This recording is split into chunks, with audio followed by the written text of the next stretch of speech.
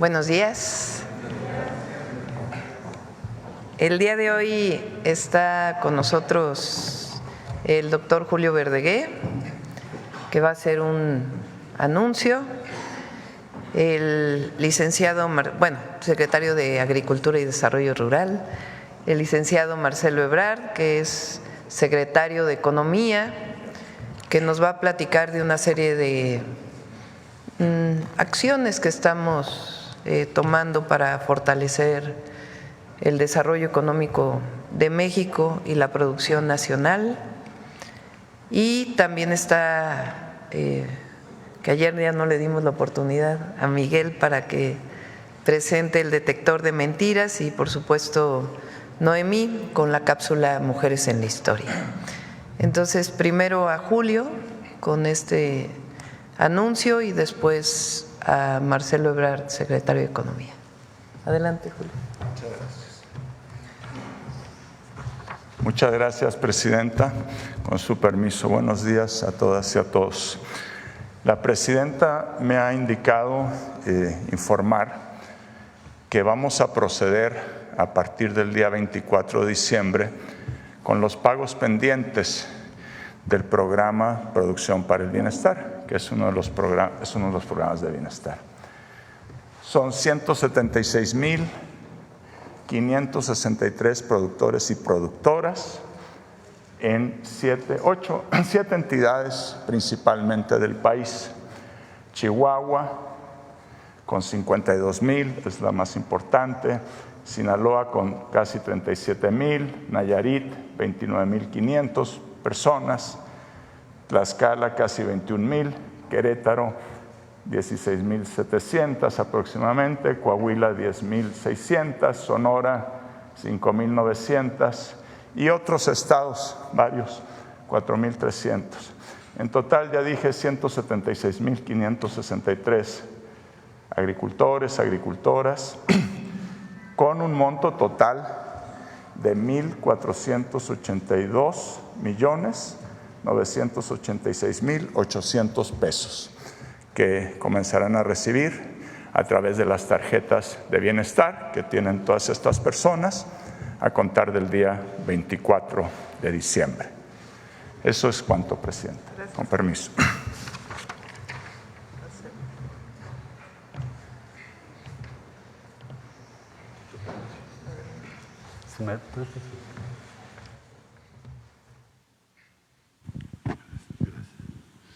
Con su permiso, presidenta. Muy buenos días. Les voy a presentar varias medidas instruidas por la presidenta Sheinbaum que tienen como objetivo, uno, evitar que se abusen de disposiciones vigentes en contra de la industria textil mexicana. Es una industria muy importante, ahora les digo por qué. Simplemente por el número de empleos. Son prácticamente alrededor de 400,000 empleos. Entonces, esa es una. Y la otra es, se complementa la lista de fracciones arancelarias a las que se aplica 35%, que fue publicada en abril de este año. Y ahora hacemos un complemento de 138 fracciones arancelarias que se incluyen en este arancel. Entonces, como les decía yo, son 138 fracciones. Estamos incluyendo también 17 fracciones con 15% de la importación de mercancías textiles, complementando lo que ya se había trabajado este año en el mes de abril. La segunda es aumentar la lista de los productos que no se pueden importar mediante el programa de la industria manufacturera, maquiladora y de servicios de exportación. Le llamamos IMEX. ¿Esto qué quiere decir? ¿Cómo funciona? Cuando tú necesitas un producto textil no terminado, le llamamos intermedio, que vas a ocupar en el procedimiento, en el proceso de hacer o fabricar algún producto. Por ejemplo, piensen ustedes vehículos, piensen ustedes todas las exportaciones de México o productos textiles terminados. Se necesita importar una pieza, entonces no te cobro impuestos, no te cobro arancel, porque esa pieza que estás importando es para integrarse a un producto que vas a exportar. Pero hay empresas que nos dicen voy a importarlo para eso y no es verdad, lo venden aquí. Entonces nos instruyó la presidenta que tomáramos esta medida para que no abusen de esa disposición. ¿Por qué? Porque entonces quiere decir que yo puedo vender en el mercado un producto terminado sin pagar IVA, sin pagar impuesto sobre la renta, sin pagar aranceles, y entonces mi producto es más barato que el de una empresa mexicana establecida, sea en la Ciudad de México, en el Estado de México, en Hidalgo, en Puebla o en cualquier otra entidad federativa. Entonces, ¿por qué la empresa mexicana va a estar en desventaja respecto a quien trae ese producto terminado? Es una puerta que vamos a cerrar. Entonces, en resumen, aumentamos al 35% el arancel a mercancías confeccionadas, que vemos que tienen precios verdaderamente increíbles de bajos. Aumentamos 15% la importación de mercancías textiles para proteger a nuestra industria nacional y cerramos esta puerta de la cual están abusando. La siguiente, por favor.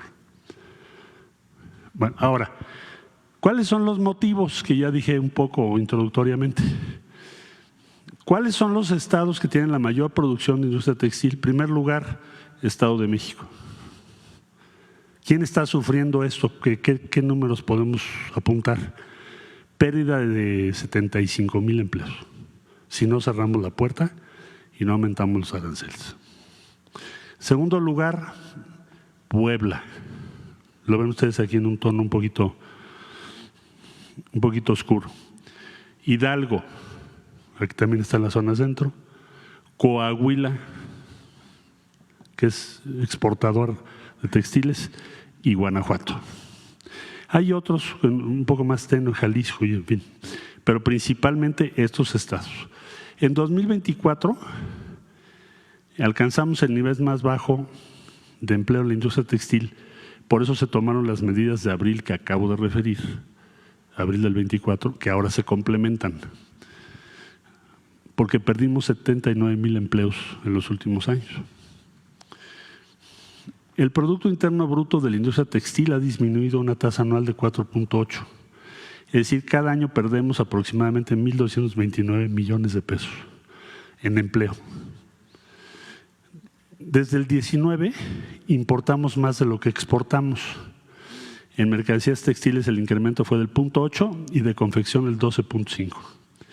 Y las empresas, esto es muy importante, las empresas IMEX, o sea que están en el programa que mencioné hace un momento de importación de piezas o productos que se supone no son terminados, deben devolver al menos el 80% de las mercancías que importan. Es decir, tienes que acreditar que lo utilizaste para finalmente exportarlo o terminar un proceso.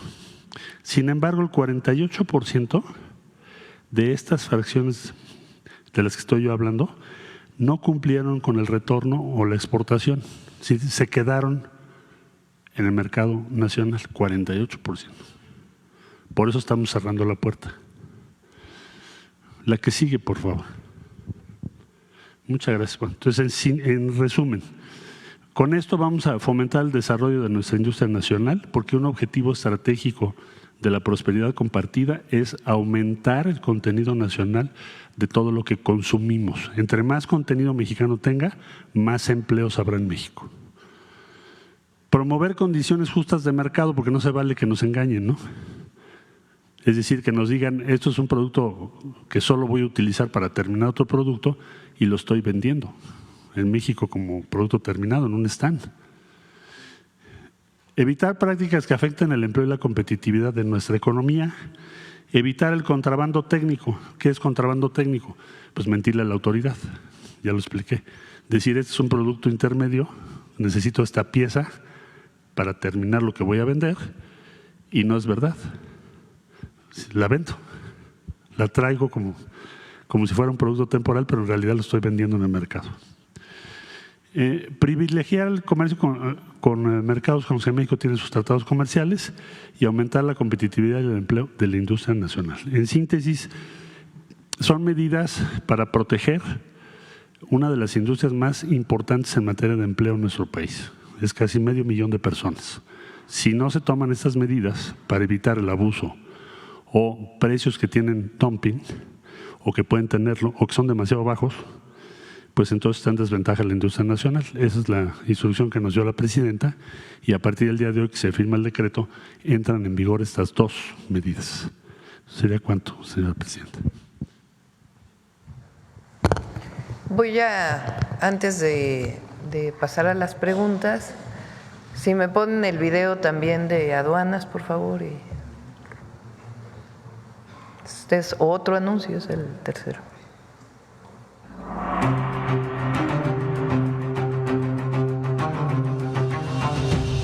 Desde el inicio de la administración de la presidenta Claudia Sheinbaum, el Servicio de Administración Tributaria, SAT, y la Agencia Nacional de Aduanas de México, ANAM, emitieron reglas para abatir el contrabando, la evasión y la elusión fiscal.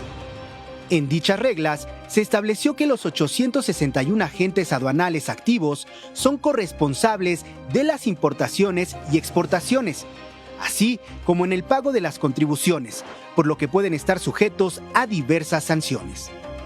Pero, ¿quiénes son los agentes aduanales? Son las personas autorizadas por el Estado para realizar los trámites de importación y exportación de mercancías de los contribuyentes ante las aduanas.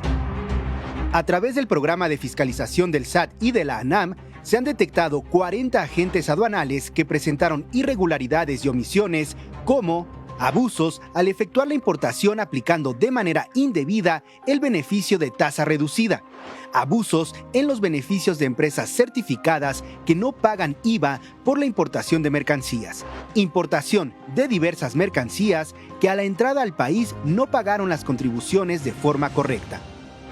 A la fecha, se han cancelado 7 patentes de agentes aduanales. El SAT y la ANAM reforzarán y profundizarán la estrategia para poner en orden al sistema aduanero mexicano y el programa de fiscalización de agentes aduanales, como ya ha ocurrido en la aplicación de estas estrategias y la modernización de las aduanas de Tijuana, del Aeropuerto Internacional Felipe Ángeles, de Nuevo Laredo y de Manzanillo.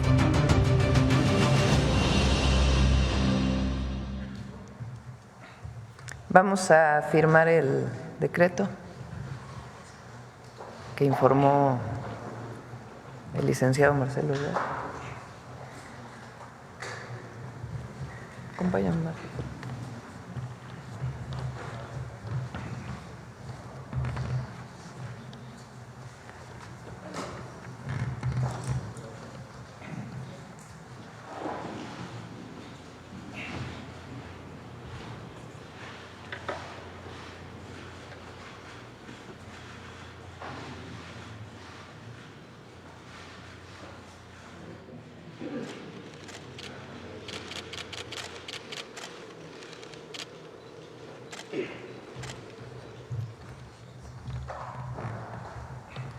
Ahora sí, vamos a las preguntas. Sobre el tema, a ver aquí. Gracias, presidenta. Karen Ballesteros, de Canal 11. Primero, preguntar si tienen identificadas cuántas empresas son las que utilizan esta medida para evitar pagar impuestos y aranceles y si se aplicará alguna sanción. Marcelo, ¿quieres? Sí. Bueno, como se acaba de informar en el video, cuando menos ya confirmados son 40 de las agencias aduanales. ¿El agente aduanal qué hace? El agente aduanal pues hace una serie de funciones sumamente relevantes porque pues tiene que establecer que efectivamente son productos de acuerdo a la ley que se pueden importar sin impuestos, tienen derecho a. Entonces, una vez que se detectó esto, la instrucción de la presidenta Sheinbaum fue trabajar con el sistema de administración tributaria, con la agencia de aduanas, y ya tenemos ubicadas cuáles son las que usan esto. ¿Qué sanción procede? Bueno, en primera instancia, el retiro de la patente. Ya se retiraron 7, como se informó ahorita. Pero esto sigue, ¿no? Entonces ya están ubicadas y veremos qué otras responsabilidades se derivan. Ya están las autoridades investigando esto. También, pues, para fomentar la industria textil, ¿responden estas acciones contra la piratería que se están realizando en el país? Es parte de, porque en este caso le llamamos un contrabando técnico, es decir, tú en tu pedimento engañas a la autoridad. Dices, esto es temporal. Evidentemente la autoridad no puede, ni aquí ni en ningún país del mundo, verificar todas. Lo haces al azar. Se verifica entre el 7%, es el promedio mundial. Entonces, por eso la patente, la licencia y patente de un agente aduanal tiene tanto valor, porque le estás delegando una confiabilidad, está dando en alguna medida fe de que es cierto que esa es una importación temporal. ¿Por qué se les va a retirar su patente y las autoridades pues van a actuar en consecuencia? Pues porque están engañando a la autoridad. Entonces esa puerta se está cerrando. Otra cosa es la piratería, que eso es la introducción de mercancías que no cumplen con las reglas de propiedad industrial de México. Y por eso se tomaron esos operativos. Todo esto tiene como fin último que se respete y que haya condiciones igualitarias, justas, de competencia para las empresas mexicanas establecidas, porque si no están en desventaja. ¿Estos aranceles se aplicarían también a empresas chinas como Temu, Shein, que son muy populares? Bueno, no, esa es otra cosa. Esos son aranceles a fracciones específicas y no tienen dirigido a un país, sino la mercancía. Pueden ser diferentes países. ¿Y cuál es el valor total de la operación de limpieza que se ha realizado contra la piratería china? Bueno, estamos dando un reporte al día. Ayer acaba de ser en Saltillo y pues lo que tenemos es el número de piezas. El número de piezas ya vamos a llegar a 2 millones. Ok, gracias. Presidenta, en otro tema… También se puso condiciones a estas empresas que venden pues, distintos productos, pero entre otros productos textiles, los que uno compra de manera electrónica porque no estaban pagando prácticamente nada. Entonces también ahí hay una revisión. Okay. En otro tema, conocer los detalles de la reunión que tuvo ayer con Keith Creel, el presidente de esta empresa canadiense ferroviaria. ¿Cuáles son los acuerdos a los que se llegaron? ¿Qué proyectos se tienen en puerta? Canadian Pacific es la única empresa ferroviaria que tiene la capacidad de mover mercancía desde México hasta Canadá. Es, digamos, una empresa que en cierta forma refleja el tratado comercial México, Estados Unidos, Canadá. En la época del presidente Trump, Marcelo estaba de canciller, se les dio autorización para que construyeran un nuevo puente ferroviario en Nuevo Laredo. Ya está construido ese puente, que es muy importante porque Nuevo Laredo es la principal aduana de México. Y cuando vas por tráiler, pues son muchísimas horas de filas para poder pasar la mercancía del otro lado de la frontera. Entonces el llevar, o sea, el que el tren pueda pasar directo, evidentemente pasando la aduana, con distintos mecanismos, principalmente tecnológicos, rayos X y otras formas de evaluar lo que hay en cada uno de los contenedores, pues la mercancía que se produce en México, pues puede llegar hasta Canadá con las vías de Canadian Pacific. Entonces este puente ya está terminado, tiene ya todos los permisos de México, faltan algunos permisos de Estados Unidos, pero idealmente se estaría inaugurando en el mes de febrero. Entonces el objetivo pues fue platicar de los proyectos que tienen de inversión en México, de fortalecer sus vías férreas. Platicamos también de cómo van a ir paralelas las vías de pasajeros de México Nuevo Laredo y pues la invitación que me hicieron a ir a inaugurar este puente ferroviario en Nuevo Laredo. Okay. ¿Para cuándo se tiene pensado la inauguración de este puente? Principios de febrero. Okay. Están esperando algunos permisos de Estados Unidos, pero que en realidad pues ya eran parte de los permisos que se venían dando. Entonces esperemos que en febrero podamos estar inaugurando este puente que es muy importante. En otro tema, pues ayer se daba a conocer el asesinato de un agente federal en Culiacán, Sinaloa.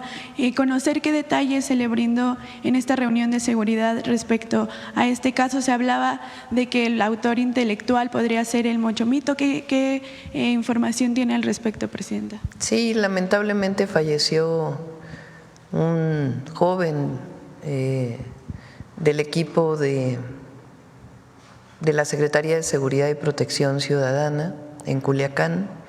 Ya los detalles de la investigación los tiene que dar la propia Secretaría, pero fue pues en cumplimiento de las tareas que están desarrollando. El secretario Omar está nuevamente en Sinaloa, el día de ayer se fue para allá, va a estar pues un tiempo fortaleciendo las acciones de seguridad.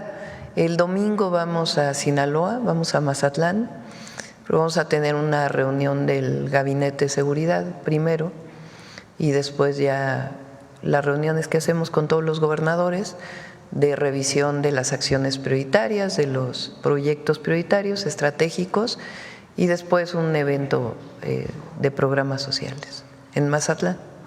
Okay. En otro tema, pues hoy El País publica una encuesta de ENCOL en la que reporta que pues a más de 2 meses y medio de iniciada su gestión, el 76% de la población pues aprueba este mandato. ¿Qué opina? ¿Cuál cree que son los principales factores que hace que la gente esté de acuerdo con esta, con su administración? A ver, ponla ya que lo mencionaste. El anterior y luego esta. Son 2. ¿Abajo viene más? No, es que hay una primero en donde viene mujer, hombre. ¿Cómo está la aprobación? Bueno, mencionamos esta. Es un equipo de trabajo, eso es importante. Si no tuviéramos el gabinete que tenemos, con compañeros, compañeras de mucha experiencia, trabajo, convicción en el proyecto, pues no tendríamos los resultados que hemos tenido ahora. Ahí están algunos de los servidores públicos que pertenecen al gabinete, que también fueron evaluados, todos con pues muy buena calificación, y 76% aprueba el trabajo y 21% desaprueba. A ver si tienen por ahí porque es bonito, aprueban más las mujeres, es muy parecido, son como 4 puntos de diferencia, algo así. Pero las mujeres aprueban un poquito más y pues ahí está. Masculino aprueba totalmente 73%, femenino 79%. Quiere decir que las mujeres en efecto saben que llegamos todas, las mujeres, a la presidencia. Morena 98%, bueno, PAN era de esperarse, pero de los otros partidos pues también es mayor la aprobación y tiene que ver con mantenernos en el proyecto, no zigzaguear, no dar marcha atrás a lo que nos comprometimos en campaña, al proyecto de la Cuarta Transformación, ya que pues diario estamos informando y dando resultados. Y el año que entra pues ya va a ser todavía más, porque ya vamos a dar los nuevos programas de bienestar y las obras estratégicas pues también van a dar inicio. Entonces, pues muchas gracias por este apoyo y al mismo tiempo un compromiso para seguir trabajando. Por último, ayer también se daba a conocer estos casos de corrupción en el Infonavit, en el que pues varias empresas se favorecieron durante el gobierno de Enrique Peña Nieto, pero también hablar de estas empresas que se favorecieron durante los gobiernos panistas como Homex, Urbi, Casas Geo, incluso esta última empresa, el SAT le condonó impuestos en más de 3,000 millones de pesos, y hoy el hijo del dueño de Casas Geo, Carlos Orbañanos, pues es alcalde de Coajimalpa por el PAN. ¿Qué decir acerca de estos esquemas de corrupción en el que se beneficiaron grandes empresas y no las y los trabajadores con estas viviendas? Gracias. El Infonavit y por eso estamos cambiando la ley, por la estructura y además por quienes en su momento hicieron negocios con recursos de los trabajadores y de las trabajadoras, por la estructura, nunca había sido prácticamente auditado, porque como ellos dicen que son fondos privados, por ser fondos de las y los trabajadores, me refiero a las representaciones que no son gubernamentales, y en su momento algunas representaciones gubernamentales pues no permitieron que hubiera auditorías. Entonces, esta investigación, que alguna ya venía de la administración anterior y ahora que está haciendo Octavio Romero, pues va a derivar en seguir informando lo que se está encontrando y las demandas penales, si es necesario, que tengamos que presentar. Algunas de ellas, como fueron hace tiempo, pues hay que ver si todavía hay espacio para su denuncia. Si no están, pues ya pasó el tiempo para poderla presentar, pero de todas maneras es muy importante que públicamente se conozca. Pues era un negocio privado en todos esos periodos. Y ahí participaban también las representaciones empresariales y de los trabajadores. Entonces, vamos a seguir denunciando, y ahí donde haya espacio todavía, pues denunciar administrativa y penalmente.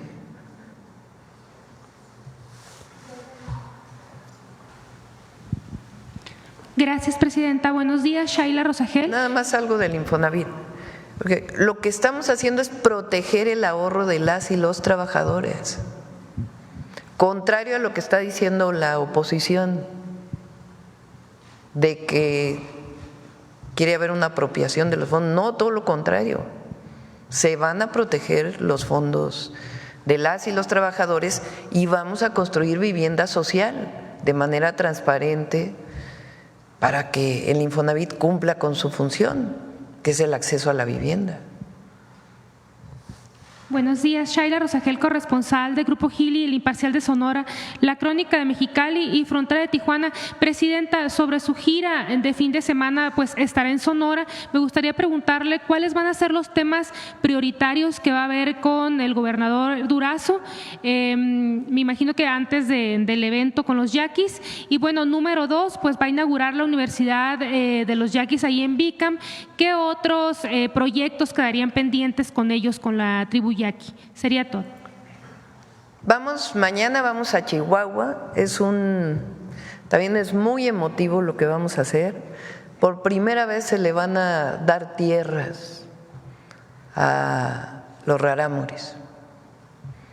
Es algo en la Sierra Tarahumara, es algo parte del plan de justicia que inició con el presidente López Obrador, y vamos, como parte de ya las acciones del segundo constitucional, a entregar como propiedad a los pueblos indígenas.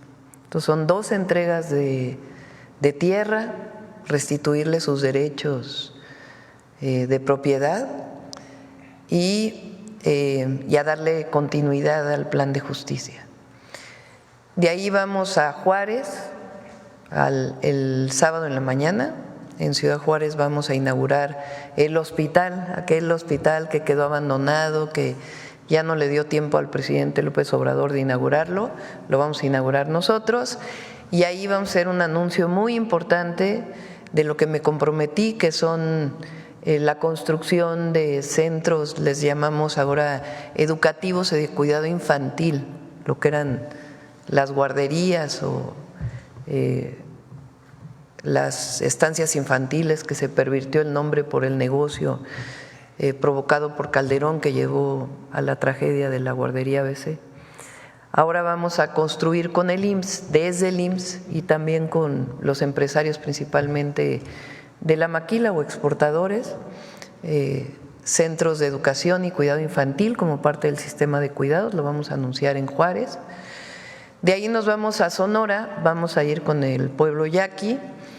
La universidad ya está funcionando, pero no había habido una visita, entonces vamos a ir a visitarla, vamos a inaugurar también una clínica y a darle seguimiento al plan de justicia, y también nos vamos a reunir con el equipo del gobernador Durazo para los diferentes proyectos de carreteras, agua que vamos a hacer en Sonora, y el domingo vamos a Mazatlán a tener esta reunión de seguridad con el gabinete del gobernador y después un evento público. Serían carreteras y aguas, lo de las presas para el Hermosillo, sí, lo que hablaría con el gobernador. Sí. ¿Y con los yaquis quedaría algo pendiente? Sí, hay cuestiones pendientes, todavía hay cuestiones pendientes de agua, la obra que inició que todavía no termina y algunos otros proyectos que vamos a acordar con ellos. Acá del tema. Gracias, presidenta. Janet Galindo, de Grupo Transmedia La Chispa. Bueno, primero, a nivel economía, ¿cómo va a cerrar este año? ¿Qué es lo que se está haciendo también para blindar todos los programas sociales? Bueno, el blindaje de los programas sociales tiene que ver con las reformas constitucionales que ya fueron aprobadas, es decir, todos los programas de bienestar que hizo el presidente López Obrador son constitucionales. Falta todavía Jóvenes Construyendo el Futuro y todos los demás ya son constitucionales. Entonces, esa es la primera garantía, que están en la Constitución. Y la segunda es que en el presupuesto de egresos de la Federación está contemplado todo el recurso para los programas. También está contemplado en el presupuesto de egresos los 3 nuevos programas sociales. El programa de mujeres de 63 y 64, después nos vamos a ir a 60-62. El de jóvenes o adolescentes, la beca universal para adolescentes de secundaria, que también está garantizada, y el programa Salud Casa por Casa, que también está garantizado. Entonces, los programas están garantizados por la Constitución y porque hay el presupuesto para que el próximo año se puedan destinar. Como dijimos, son cerca de 800,000 millones de pesos el próximo año en programas de bienestar, que hoy muchos de ellos ya son derechos sociales del pueblo de México. Segundo, las obras de infraestructura.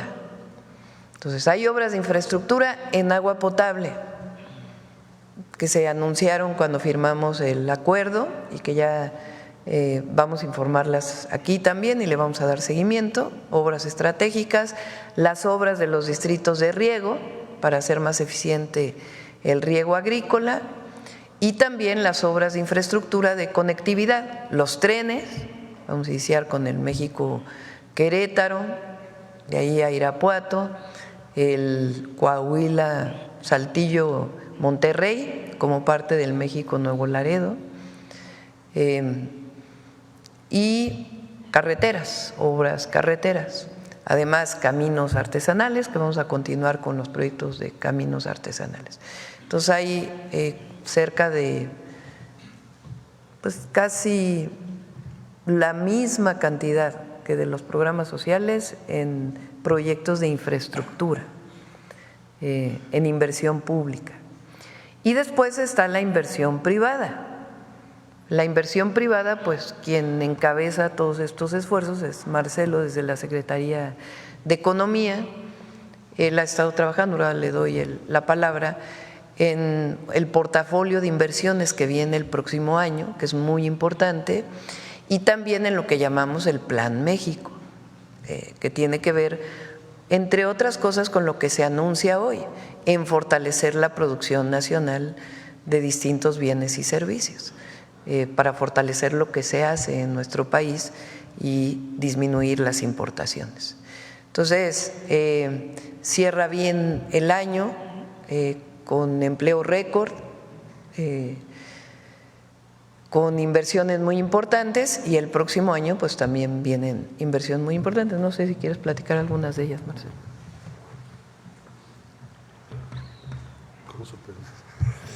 Bueno, efectivamente hemos estado trabajando el portafolio de inversión para 2025. ¿Qué es el portafolio de inversión?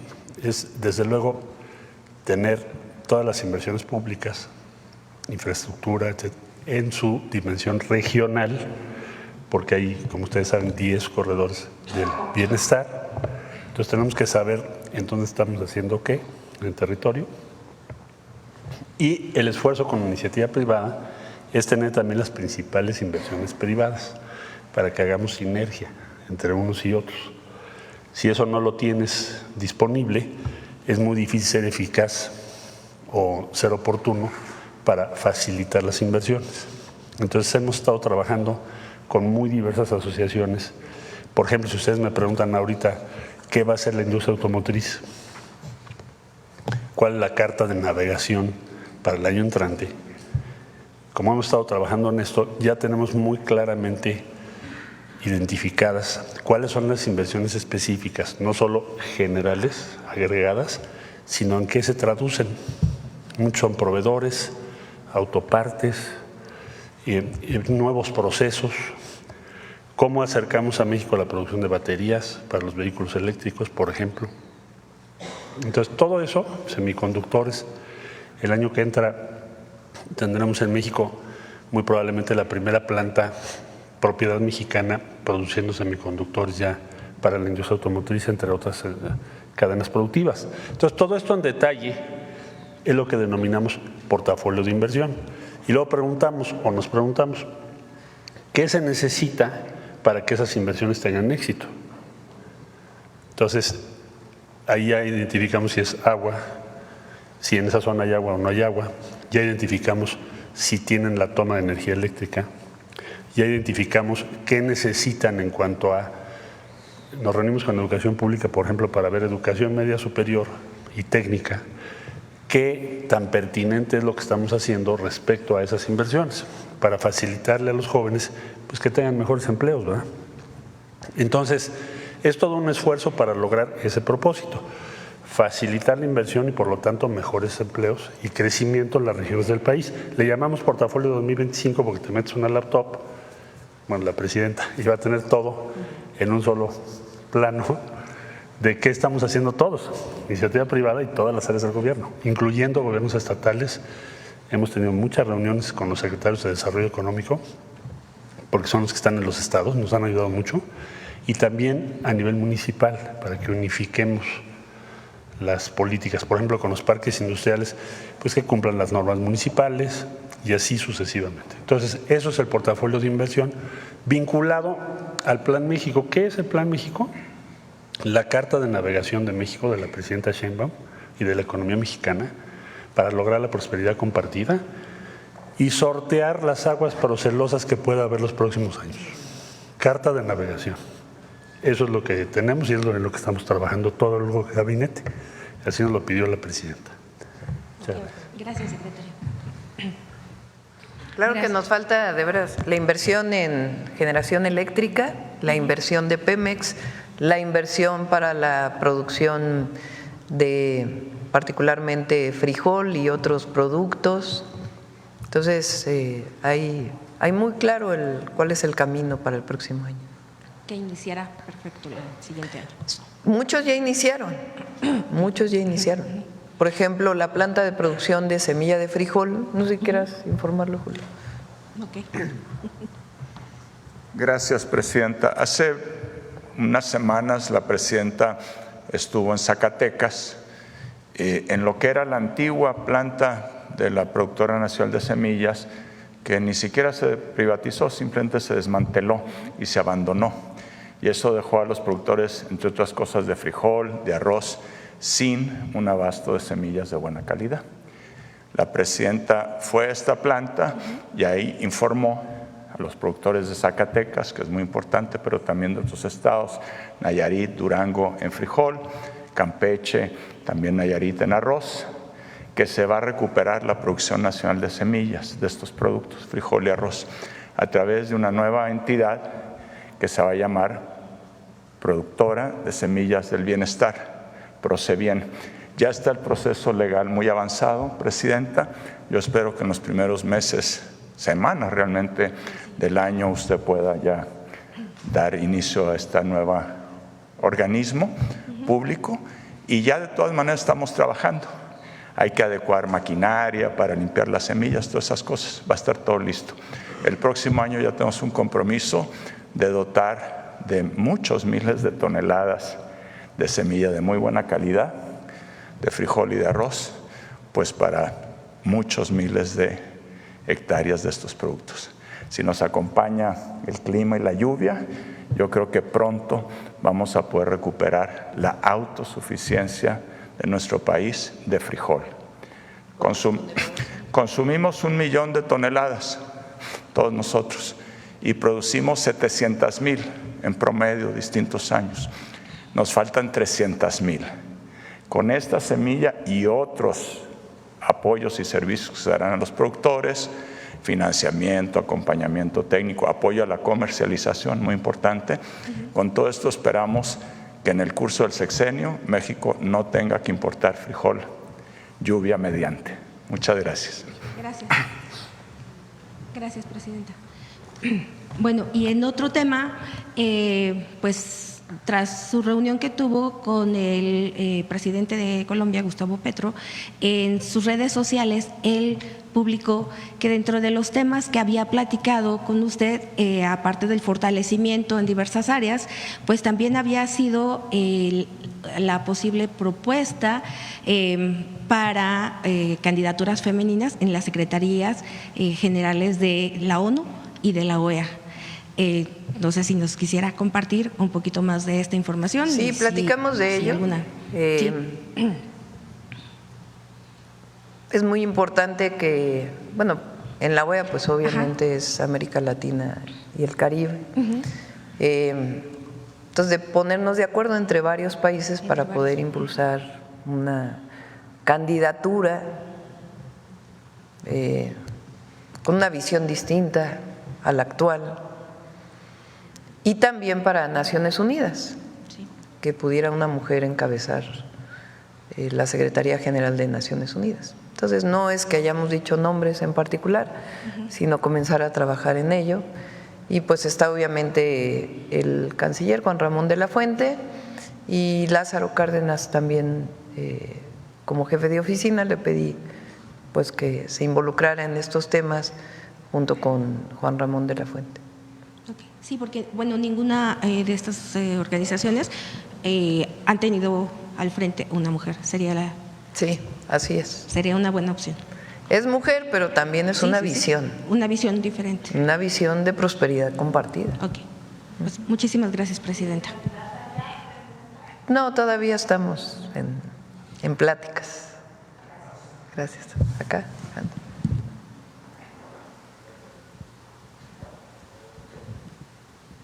Buenos días, Presidenta. Hans Salazar, de Noticiero en Redes. A propósito de todos estos datos, también se han revelado en un balance preliminar de la CEPAL, reconoce el avance de la lucha contra la pobreza en este 2024 y pues resaltan los programas sociales y el aumento a los salarios mínimos. Dice también la CEPAL en este informe que sugiere aprovechar la tendencia de la relocalización en el tema también económico, y también comenta que de las principales ingresos a América Latina, obvio México, es el tema de las remesas, lo que envían nuestras migrantes en el transcurso de todo el año, porque incluso se va a romper un récord también de acuerdo a los últimos datos en lo que se está enviando.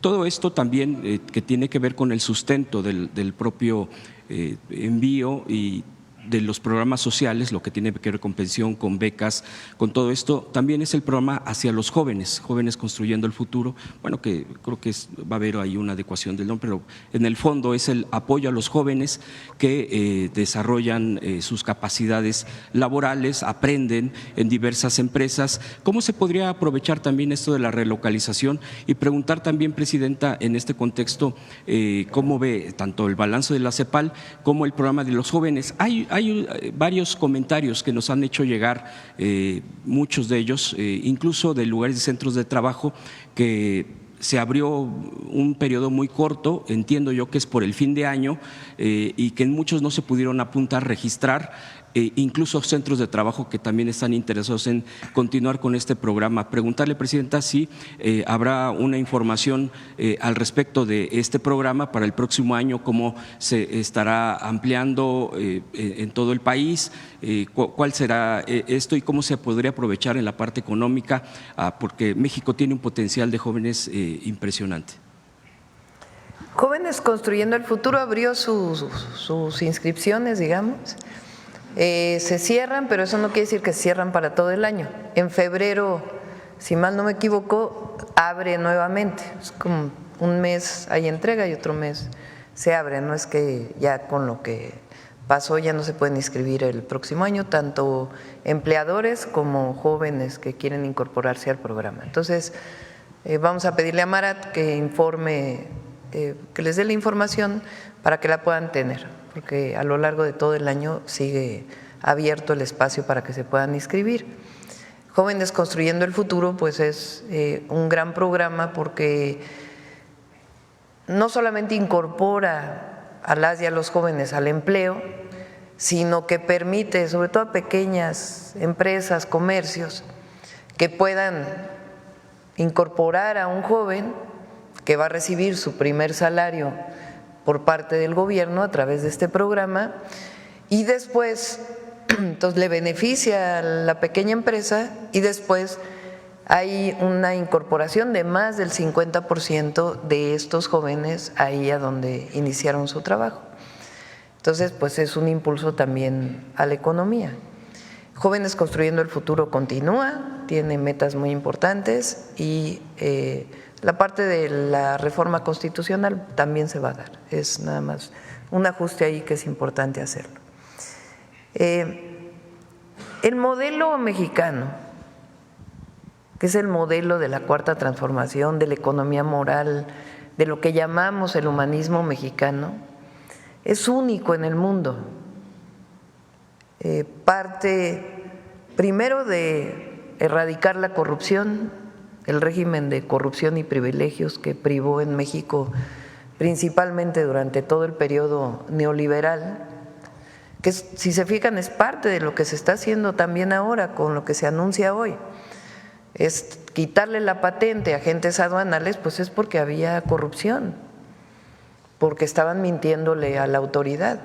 No sabemos qué mecanismos había para hacerlo así, pero ahora son corresponsables. Antes no eran corresponsables los agentes aduanales de que se pagaran o no se pagaran los impuestos, ahora sí. Entonces esto nos lleva a que 40 agencias aduanales se estén investigando y que se les haya quitado las patentes. ¿Eso qué va a representar? Más ingresos al erario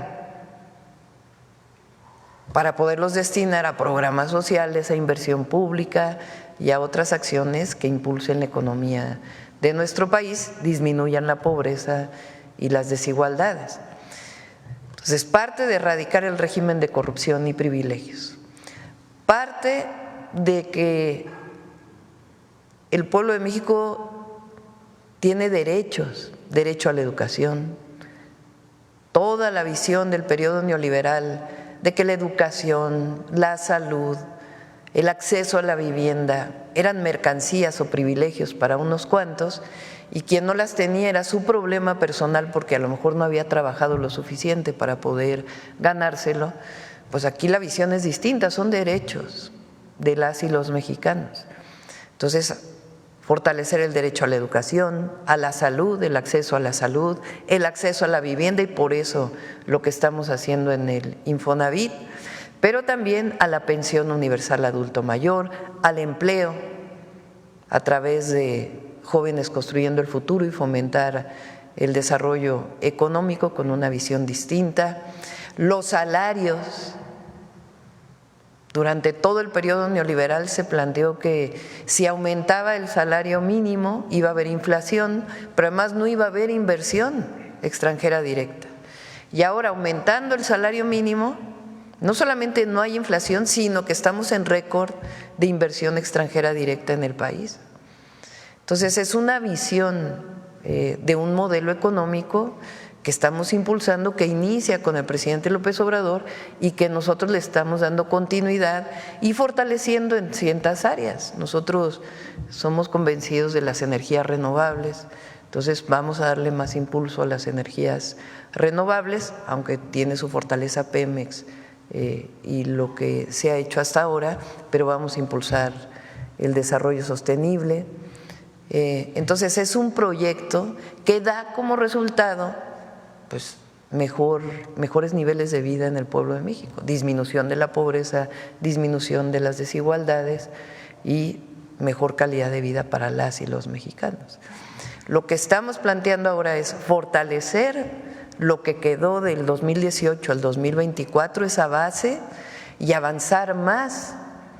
Y ese avance tiene que ver con los nuevos programas de bienestar, con seguir aumentando el salario mínimo, con impulsar la inversión pública, con seguir impulsando la soberanía alimentaria y también con el impulso a la inversión privada a través de un modelo que llamamos el Plan México y los polos de bienestar. Y ahí pues la defensa que estamos haciendo también del Tratado Comercial México, Estados Unidos, Canadá, que ha ayudado a Canadá, ha ayudado a México y ha ayudado a Estados Unidos. Y la relocalización de las empresas pues es justamente producto de este tratado y de una visión de que la globalización y la producción, particularmente en China, pero también en otras regiones de Asia, pues ha generado problemas de competitividad a la economía de Estados Unidos, pero también de América. Entonces, vamos a seguir impulsando la relocalización de las empresas de Estados Unidos y de otros países, privilegiando con aquellos países que tenemos tratado comercial, pero impulsando que se fabrique en México una buena parte de lo que hoy importamos. Entonces, esa es la visión y por eso está dando resultados. Hay una visión, hay un proyecto, hay un modelo, hay un pensamiento y al mismo tiempo hay resultados. Porque podría haber esto y no haber resultados. Eso le da una fortaleza al modelo del humanismo mexicano que no tienen otros países. En esta coyuntura precisamente del comercio, de la renovación del TEMEC, en todo este momento coyuntural que nos encontramos, por ejemplo, yo leí hace unos días sobre en el gobierno de Brasil, Lula, en estos acuerdos propiamente del BRICS, acordaban con la planta, por ejemplo, que eso es lo que ha generado también mucha polémica por nuestra ubicación y por en el tratado como nuestro país con Estados Unidos y Canadá, una planta de vehículos eléctricos de China, que eso es de las cosas que más están impactando en este momento económicamente, creo que a nivel mundial, en muchos de los aspectos. Y ahí hablaban, por ejemplo, de que poner esta planta ya en las políticas propias de Brasil era también la transferencia de tecnología. Es decir, no solamente es llegar, generar empleos, etcétera, sino también la transferencia de tecnología. ¿Cómo se está aprovechando? ¿Cómo se puede aprovechar a propósito de esta coyuntura y poder renegociar con empresas que se instalen en México, que sí generen empleos, pero que también que los jóvenes aprendan, que conozcan las pues cosas también que traen estas empresas, pero que también se formalicen en estos acuerdos, en estos convenios y que universidades como la UNAM, por poner un ejemplo, hay muchas universidades que están haciendo un excelente trabajo, la propia secretaría que de CONACYT a secretaría será cómo aprovechar esta transferencia y si se está poniendo atención en eso, Presidenta. Sí, por un lado es transferencia tecnológica de las empresas que se puedan instalar en México. Ahora estamos haciendo varias cosas en ese sentido y particularmente en el Instituto Nacional de la Propiedad Intelectual para fortalecer las patentes mexicanas. Ahora, México tiene una fortaleza muy grande que no se ha traducido en todo su potencial para el desarrollo tecnológico y es justamente uno de los planteamientos que hicimos en los 100 puntos que presentamos en el Zócalo. Entonces, estamos trabajando lo vamos a ir presentando poco a poco en el próximo año, pero uno de los proyectos es el auto mexicano, que está sobre todo en el segmento de los autos pequeños, autos compactos, que se han desarrollado en otros países y que nosotros queremos que ese sea el modelo o los modelos del auto mexicano que están en este segmento de auto compacto, de mini autos, en algunos lugares le llaman. Entonces ahí estamos ya juntando a un equipo muy importante del Tecnológico Nacional de México, del Instituto Politécnico Nacional, con un coordinador del proyecto que se vincula con Secretaría de Ciencia, Tecnología e Innovación y también con la Secretaría de Economía, que nos permita pues tener el diseño propio, que se fabrique la mayor parte en México poco a poco y poder tener un modelo especial para la economía, para las y los mexicanos. Está el otro proyecto que es de semiconductores. En México hay instituciones educativas de muy alto nivel, el Cinvestav, por ejemplo, bueno, la UNAM, el Poli, etcétera, el INAOE, que es un instituto de investigación de CONACYT, que tienen desarrollos muy grandes en semiconductores. Entonces estamos planteando el desarrollo de un centro de desarrollo tecnológico vinculado con semiconductores y para ello requerimos también que sea la patente, que esa patente pueda tener beneficios también para las propias instituciones y su vínculo con la industria privada para el desarrollo de cierto segmento de los semiconductores que tenemos toda la posibilidad de diseñarlo en México y de producirlo en México. Como eso está el tema de los satélites, está las boyas de medición para poder tener información de la climatología que puede llegar a impactar en nuestro país y la adaptación al cambio climático. Son cerca de 10 proyectos estratégicos que se van a desarrollar con CONACYT, además de la transferencia tecnológica que puedan generar ciertas empresas. Los autos eléctricos de China tienen empresas como BYD, por ejemplo, se están instalando en diversos países. Nosotros estamos privilegiando los países donde tenemos tratado comercial. Sí hay empresas de origen chino en México. Ahora hay muchas empresas que tienen fondos estadounidenses que en realidad se instalaron en China, pero que tienen también la idea de poder invertir en México. No sé si quieras comentar sobre esto, Marcelo, de las inversiones en el país. Sí, bueno, efectivamente yo diría respecto a plantas de la industria automotriz de China en Norteamérica, pues la que yo tengo identificada, por ejemplo, BYD está en Pasadena, California. Hoy tienen del orden de 1,000 ya trabajadores. Producen principalmente camiones y autobuses para el mercado. ¿Por qué lo pusieron en Pasadena, California? Porque las normas de California son muy estrictas respecto al tema ambiental y de hecho tomaron decisiones de que ya no van a permitir la venta de vehículos a combustión. Ya para el 2035 vamos a tener una situación así en California. Entonces por eso se instalaron ahí.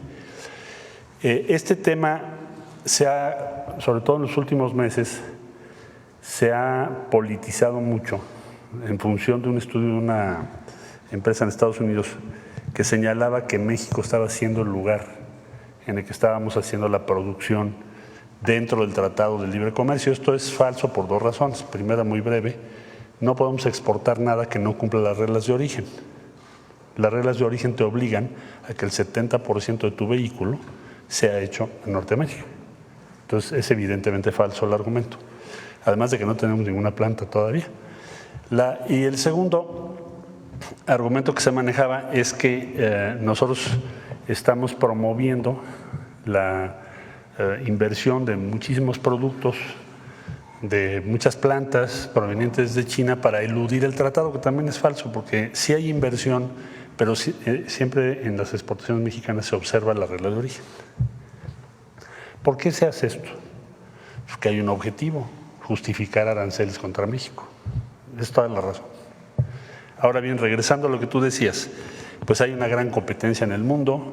En México está presente también la industria automotriz china con vehículos como los que ya conocemos, pero también les daría un dato. La marca principal fabricante de vehículos que importa desde China a México es General Motors, no BYD. Es más o menos el 40% del total de los vehículos que se importan a México. Eso tampoco lo dicen en sus comentarios. ¿Por qué? Me preguntarás tú. ¿Por qué razón? Bueno, pues porque General Motors tiene una joint venture en China, que es el segundo mercado del mundo, ya va a ser el primero en industria automotriz. Tiene una joint venture con una empresa en China para producir vehículos que venden en China. Y una parte de esos vehículos los traen a México para venderlos en México, no en Estados Unidos. Entonces, simple y llanamente, el 40% viene de esa planta, de esas importaciones que provienen de China. Entonces, está muy exagerado el tema por lo que hace México en los últimos comentarios que hemos visto, porque tiene un objetivo: justificar aranceles que de otra manera no van a tener ninguna justificación, u otras medidas comerciales. Ahora, mientras cumplan las normas que México tiene establecidos, pues nosotros vamos a seguir permitiendo que vengan vehículos, por ejemplo, de Tailandia, de Kia. Es otra fuente de importación importante. Tienen derecho, además hay un cupo establecido. Cupo quiere decir que si tú produces vehículos puedes importar un cierto número. Entonces, pues esa es la posición que nosotros tenemos y seguiremos adelante en esa misma línea.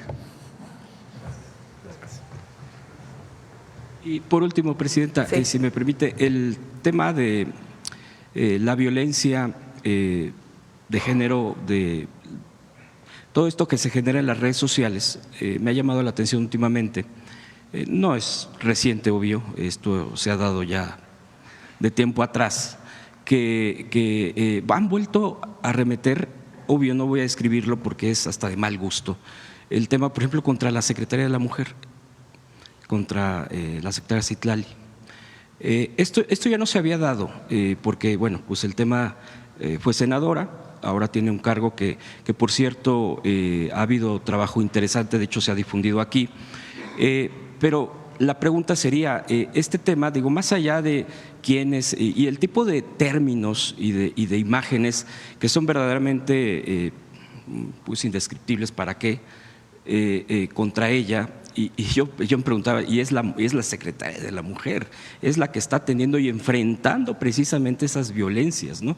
Y que sabemos qué tipo de, por ejemplo, un empresario, ¿no? que ni vale la pena mencionarlo, que fue uno de los que originalmente fue sumamente violento en los términos con lo que se refería. Ahora ha vuelto a resurgir, me llama la atención, y que también él está muy activo en otras cosas y en términos contra el propio gobierno. La pregunta es, no tanto, pues, ¿qué opina de esto? Me parece que algo hasta…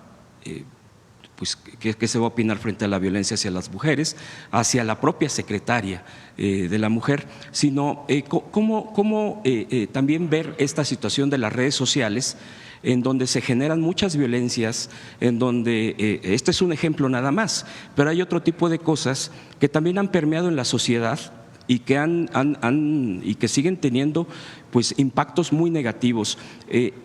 ya se ha llegado a comentar, ¿no?, este tema de la regulación de las propias plataformas que proveen las redes sociodigitales, como se le menciona oficialmente, pero bueno, hay un debate donde dicen no hay que regular eso es de otra manera, etcétera. ¿Cuál es su postura de usted frente a este tipo de cosas?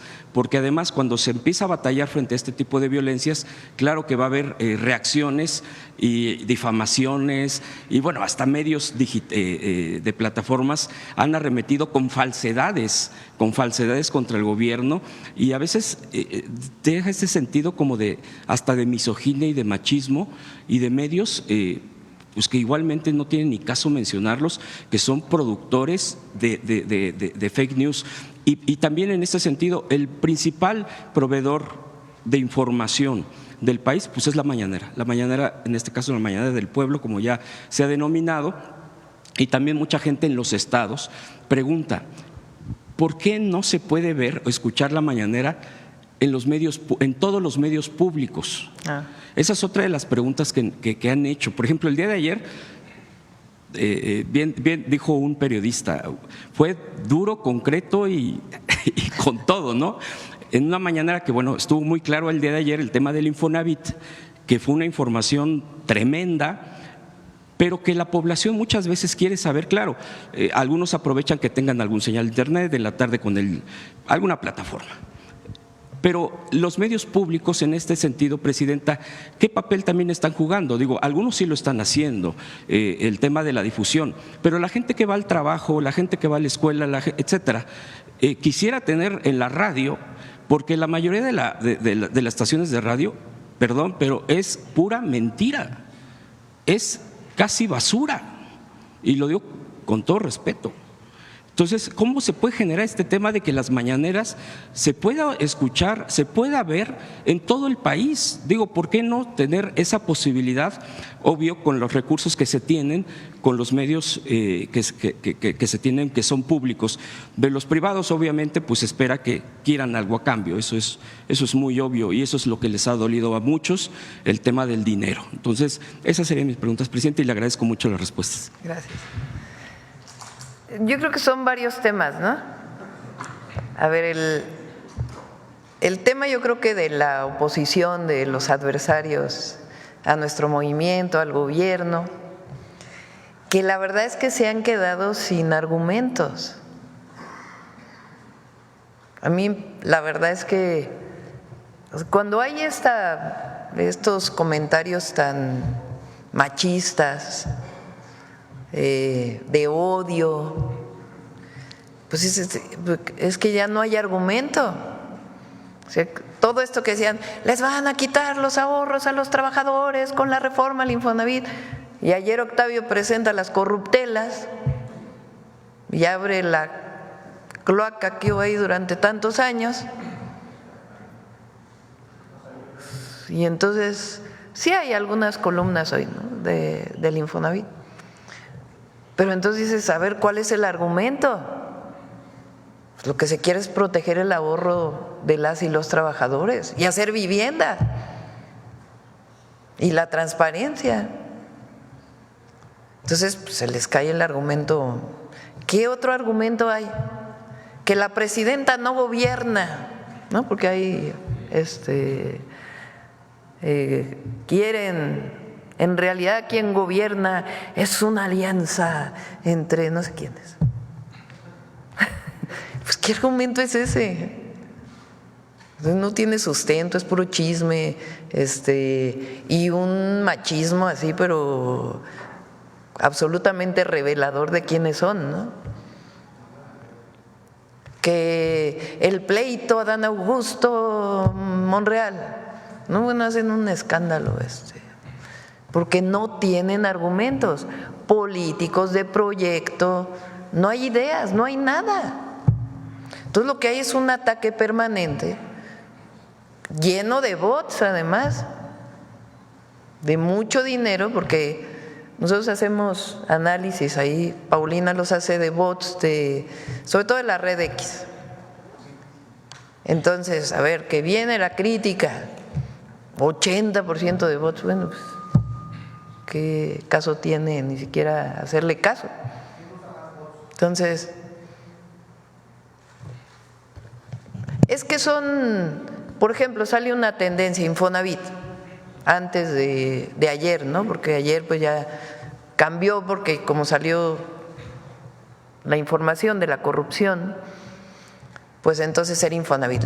Y ves las redes y le quieren robar los fondos a los trabajadores y hay cuentas que tienen 3 seguidores, 5 seguidores, o ves las cuentas y tienen más seguidores, pero son los mismos del narcopresidente, de la narcocandidata, de las mismas.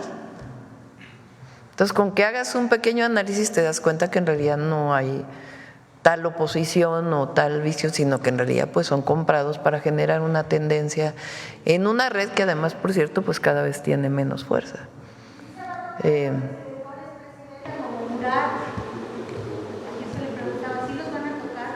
No, pero no es un asunto de si se van a tocar, se presentan las denuncias y lo que se haga. Es que este es un asunto político, ¿no? Ahora quieren hacerlo político, no es político.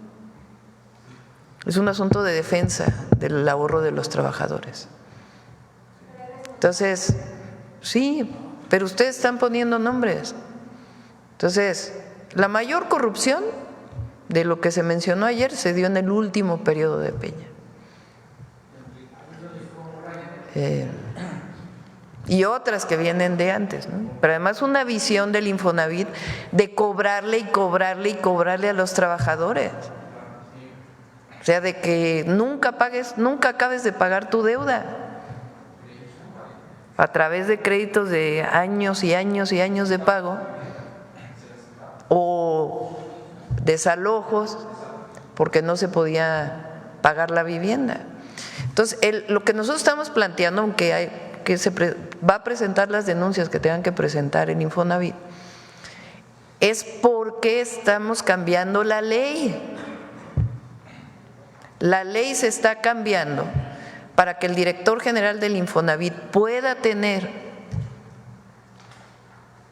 la dirección, la rectoría del Infonavit, que desaparezcan 2 direcciones que no tienen sentido, que es la de la representación empresarial y la representación sindical, y que siga siendo un organismo tripartita donde todos decidan.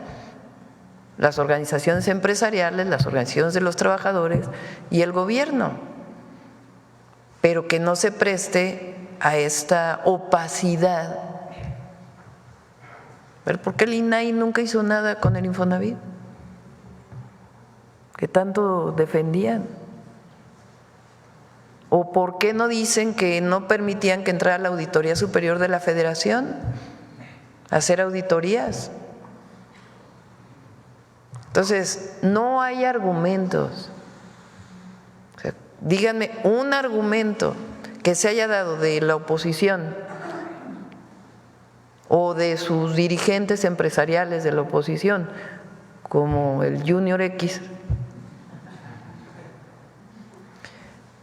que tenga fundamento.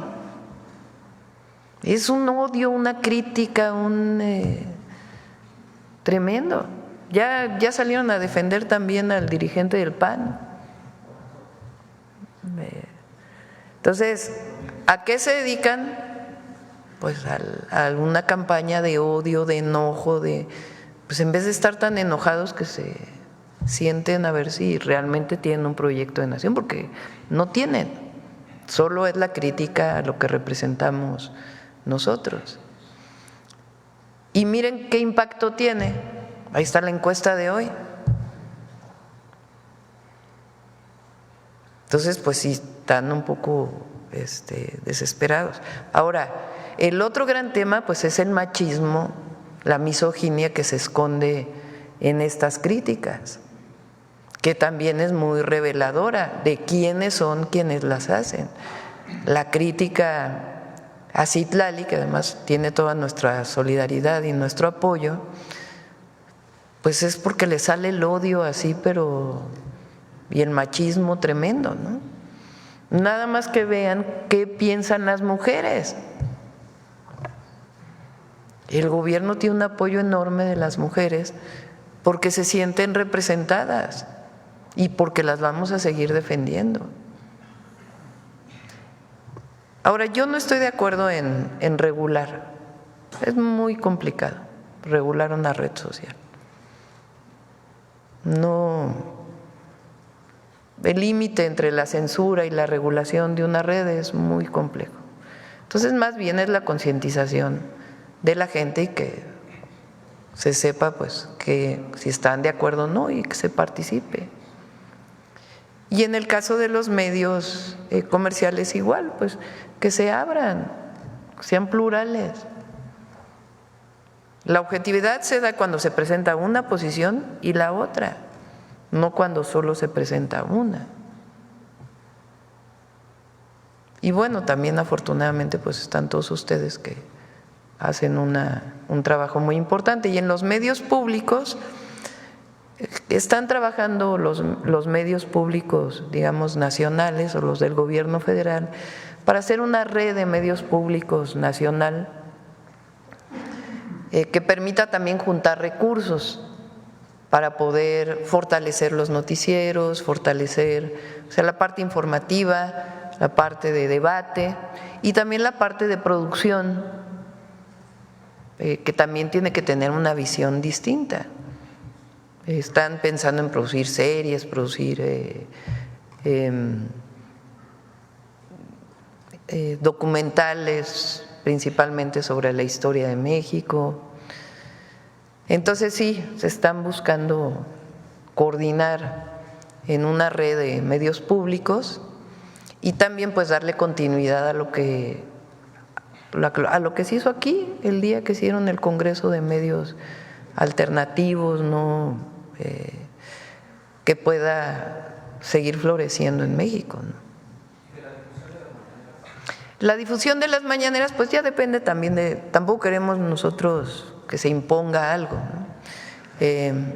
Entonces en esta red de medios públicos pues ya tomarán su definición, porque es muy distinto un medio gubernamental a un medio público. El público pues tiene una participación diversa, entonces sí se difunde contenido que hace el gobierno, pero tiene que tener también una visión de radio pública que también pueda darle voz a mucha gente, sobre todo la que no tiene voz. ¿La radio de Poli transmite la conferencia todos los días? Sí, el Canal 11, pero muchos medios, decía Hans, locales, porque la mayoría de los estados tiene un sistema público, tienen radio, tienen televisión, las universidades también. Entonces es importante que se haga una red de medios públicos que puedan tener información distinta también a la de los medios comerciales, que se difundan otras cosas que normalmente no se difunden, pero que no acaben siendo medios gubernamentales solamente de difusión de lo que hace el gobierno, ¿no? Sino que den voz a quienes no tienen voz en nuestro país. Ya fue doblemente Sonora y luego vamos a ir a Sonora, ya está doblemente representado Sonora el día de hoy en la mañanera. Gracias, presidenta. Demián Duarte de Sonora Power. Pasado mañana vamos a Sonora. Sí. Bueno, empezando por ahí, bueno, va a ser un honor de veras recibirla en nuestro estado en su primera visita oficial ya como presidenta de la República. Pues en Sonora usted tiene muchos seguidores, tiene mucha admiración también por su trayectoria y por lo que representa. La verdad es que vamos a estar ahí muy atentos a los resultados de su visita. Justamente en este contexto, presidenta, quería yo comentarle un par de datos muy relevantes que han estado circulando en mi estado. Este asunto de que por el bien de todos, primero los pobres, cobra mucho sentido con estos resultados, porque en Sonora se reinstaló lo que llamamos la movilidad social. Mire, los últimos resultados que presentó el Coneval hablan de que en mi estado 246,000 personas salieron salieron de la condición de pobreza. Es una reducción muy importante de 8 puntos respecto al 29% que había de personas en Sonora en pobreza, ahora es el 21%. Y hay alrededor de 54,000 personas que salieron de la condición de pobreza extrema. ¿Esto qué significa? Pues evidentemente que la fórmula que ustedes están aplicando del humanismo como modelo a seguir pues está dando frutos. Yo quiero aprovechar la presencia de Marcelo Ebrard, el secretario de Economía, para reincidir un poquito en lo que comentaba ahorita respecto a las cadenas de electromovilidad y semiconductores. Mire, como usted sabe, en Sonora tenemos todos los elementos precisamente para incidir en estas dos cadenas. La de semiconductores, pues tenemos esta cercanía con el estado de Arizona, esta relación además de socios que tenemos con Arizona. Y en el caso de la electromovilidad, pues es evidente que tenemos el litio. La vez pasada que platicamos aquí hablamos del asunto de las patentes del litio. Se sabe que ya la empresa Litio MX está por anunciar cosas importantes al respecto. Y bueno, evidentemente tenemos el litio, tenemos el cobre, tenemos grafito, molibdeno, bolastonita, pero también tenemos la experiencia en el desarrollo de estos procesos. Ayer, por cierto, estuvieron directivos de la compañía Foxconn en Sonora, reunidos con el gobernador Durazo. Se sabe que traen un gran proyecto de inversión para México, no han dicho dónde. Entonces yo quiero preguntarle a usted y por supuesto al secretario Marcelo Ebrard al respecto de cuáles son los pasos que se van a dar en este sentido, justamente para materializar esta visión y estos anhelos que se tienen de que mi estado se convierta pues en una de estas locomotoras del desarrollo nacional. Marcelo, ¿quieres?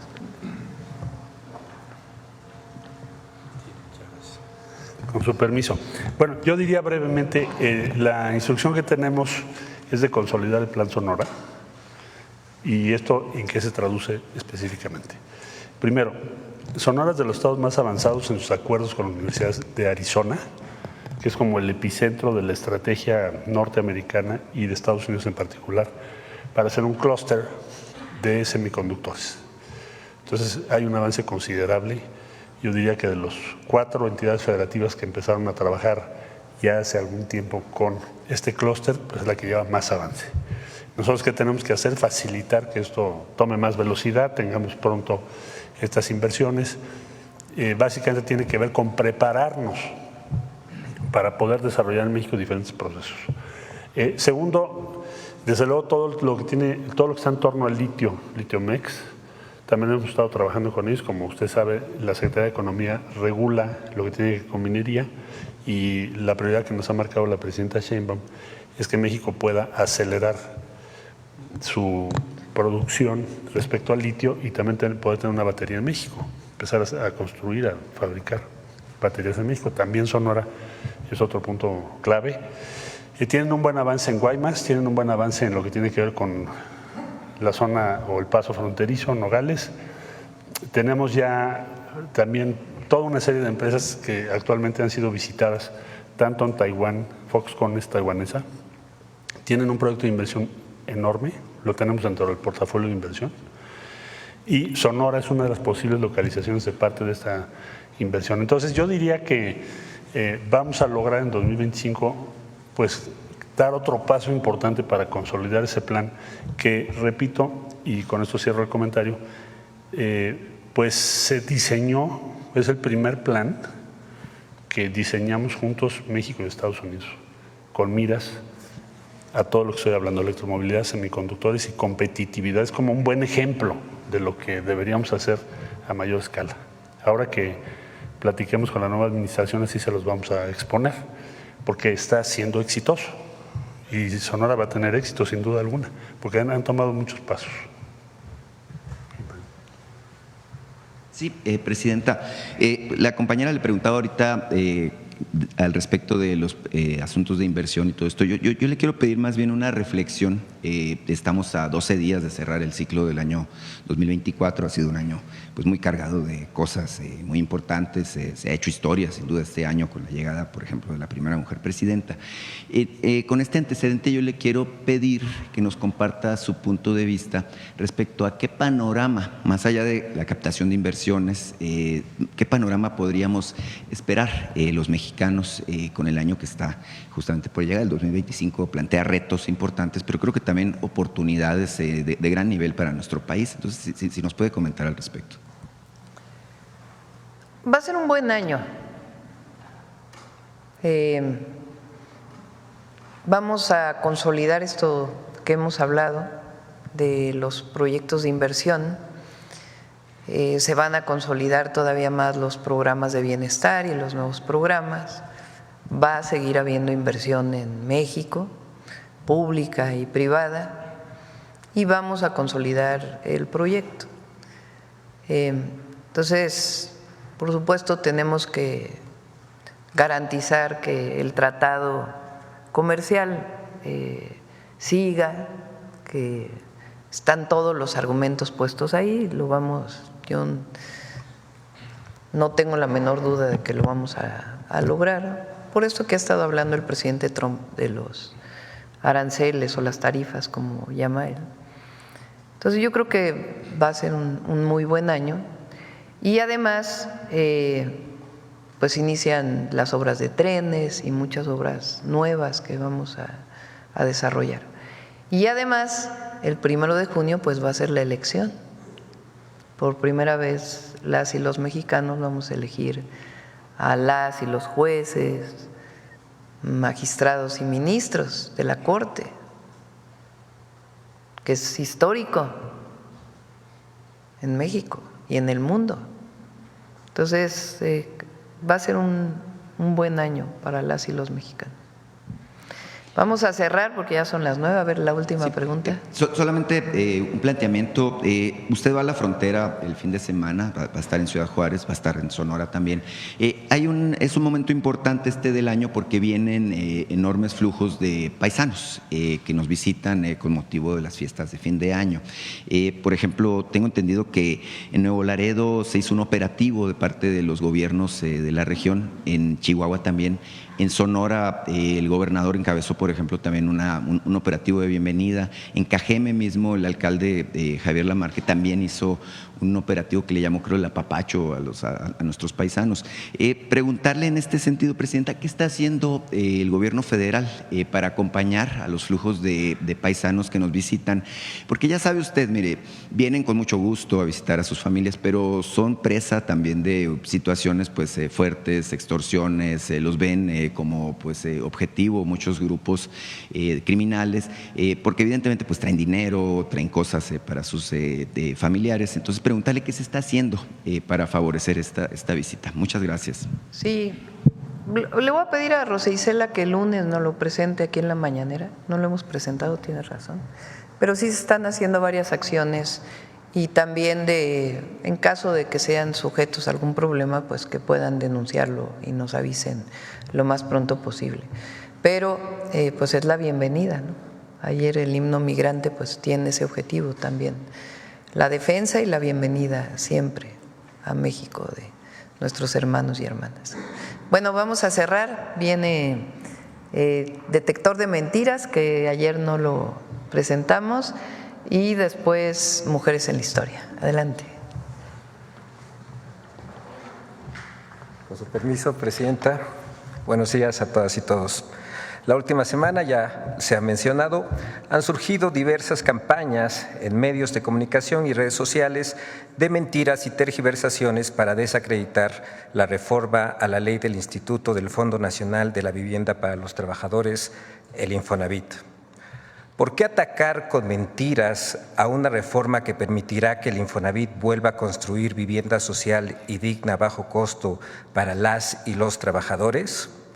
Ya el director del Infonavit, el ingeniero Octavio Romero Oropeza, nos dio unas pistas y vale la pena seguirlas. ¿Por qué mentir contra una reforma que amplía los beneficios para los derechohabientes del Infonavit? Veamos el video del detector de mentiras de esta semana.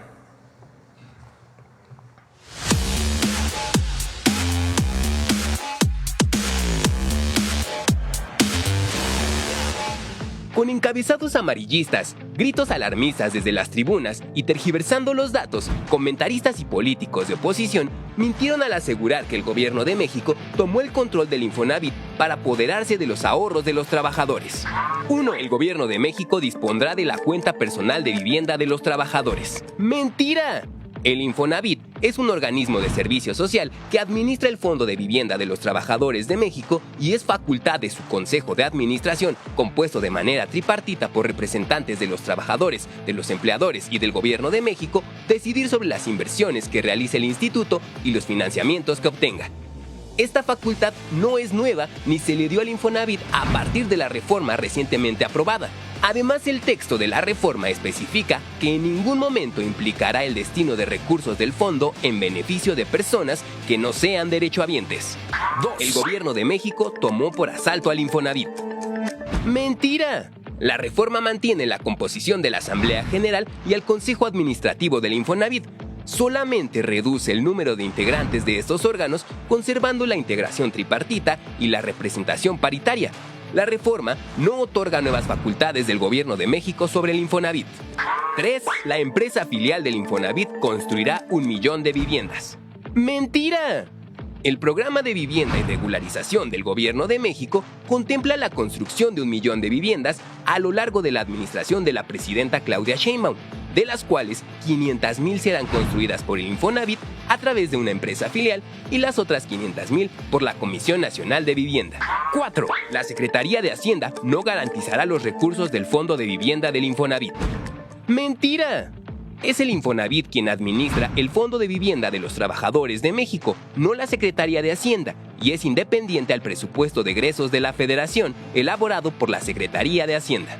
Además, el programa de vivienda y regularización con el que se construirán 1 millón de viviendas implicará la inversión federal de 600,000 millones de pesos.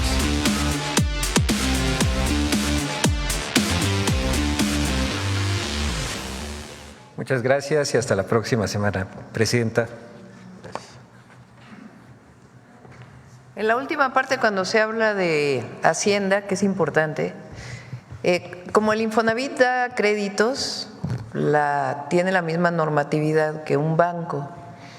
Entonces, su normatividad tiene que cumplir con la Comisión Nacional Bancaria de Valores. Eso va a permanecer, eso no va a cambiar. Hay otra parte que tiene que ver con la construcción de viviendas, pues que tiene que tener también su visión. Entonces sí es importante porque también se han estado diciendo esas mentiras. Y ahora sí, mujeres en la historia.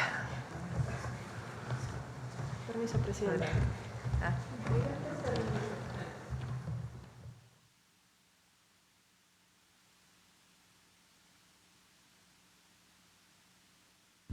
Muchas gracias. Muy buenos días a todas y a todos. Con su permiso, Presidenta. Vamos a iniciar el día de hoy con una imagen que presentamos cuando inició la sección de Mujeres en la Historia en las Mañaneras del Pueblo. Yo les presentaba esta imagen de Josefa Ortiz Telles Girón, donde hace referencia que Hidalgo fue el cerebro de la idea de la emancipación y la corregidora, el corazón de la misma idea. Hablábamos en aquella oportunidad que teníamos que empezar a eliminar estos estereotipos y vínculos con los que se ligaba la participación de las mujeres.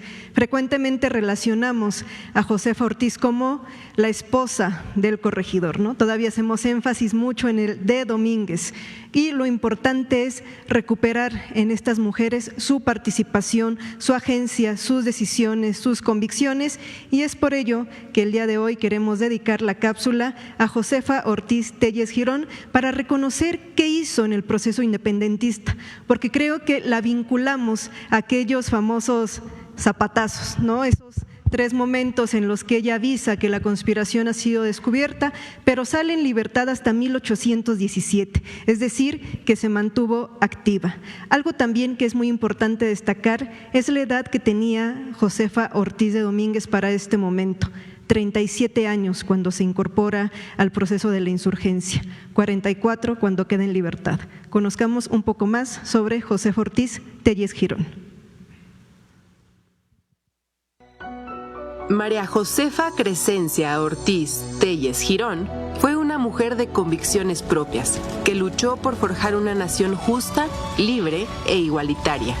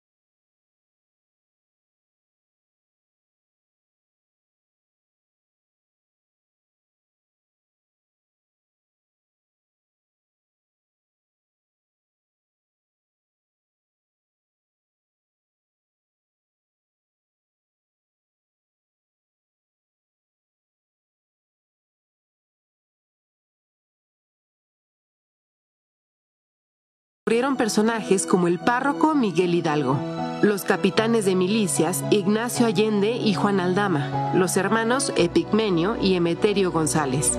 Josefa no solo ofreció el espacio para realizar las reuniones, también participó activamente informando cualquier noticia y haciendo llegar de manera segura comunicados y correos entre los conjurados. Descubierta la conspiración, Josefa lo informó a Allende, quien se encontraba en San Miguel el Grande. Ella fue aprehendida el 15 de septiembre, al mismo tiempo que estaba por iniciar en el pueblo de Dolores, Guanajuato, la lucha encabezada por Miguel Hidalgo. Josefa pronto fue liberada y continuó en contacto con los insurrectos, brindando apoyo a la causa. Sin embargo, las autoridades sabían de su simpatía con la insurgencia, por lo que, acusada de sediciosa, fue aprehendida nuevamente en 1813, con su última hija en brazos y trasladada al convento de Santa Teresa, en la Ciudad de México. Durante su reclusión, escribió al virrey: Ignoro cuáles sean mis delitos que han merecido semejante castigo. Yo estoy bien segura de que serán los que hayan forjado mis enemigos, enemigos de la paz. Estuvo recluida hasta junio de 1817. Tras la consumación de la independencia y el ascenso de Agustín de Iturbide como emperador de México, Josefa rechazó formar parte de la corte imperial, por considerar que contradecía sus principios. Una vez instaurada la República, doña Josefa mantuvo cercanía con los principales actores políticos y rechazó recibir alguna recompensa por su papel en la lucha por la independencia. Josefa Ortiz, forjadora de una conciencia libertaria contra la opresión, a favor de la formación de un gobierno representativo y justo, murió el 2 de marzo de 1829. Así es, una mujer congruente hasta el final de sus días. Y hablando acerca de lo que se decía de ella, me gustaría compartir brevemente en 1811, cuando se deja en libertad en primer momento, se habla de ella lo siguiente: el torrente de esa señora ha conducido a depravados fines. Ella no tenía empacho en concurrir en juntas que formaban los malévolos. Hablan de ella como el torrente. Tenía 37 años. Pero más importante, en 1813, una vez que ya sale en libertad en 1811, se mantiene con los insurgentes, se mantiene apoyando, y Mariano Beristain, que es mandado a Querétaro, le escribe una carta al entonces ya virrey Félix María Calleja, refiriéndose a ella de esta manera: es el agente más efectivo, descarado, audaz e incorregible, que no pierde ocasión ni un momento de inspirar odio al rey y determinaciones justas del gobierno legítimo de este reino. Y tal es la mujer del corregidor, no, ni siquiera la enuncia, ¿no? La mujer del corregidor de esa ciudad. Esta es una verdadera Ana Bolena que ha tenido el valor de intentar seducirme a mí mismo. Entonces, de descarada, no bajaban a Josefa Ortiz, que como vimos sale en libertad hasta 1817, cuando ella misma emprende su defensa enviándole cartas al virrey Calleja, donde le dice cuál es mi delito. Y algo muy importante, y yo creo que también muy valorado de mencionar: cuando se instala la corte de Agustín de Iturbide, ella rechaza participar en esta corte porque dice: no luchamos por esta forma de gobierno. Que tengan un excelente día. Es cuanto, Presidenta. Muchas gracias. Nos vemos mañana todavía. Gracias. Buen día.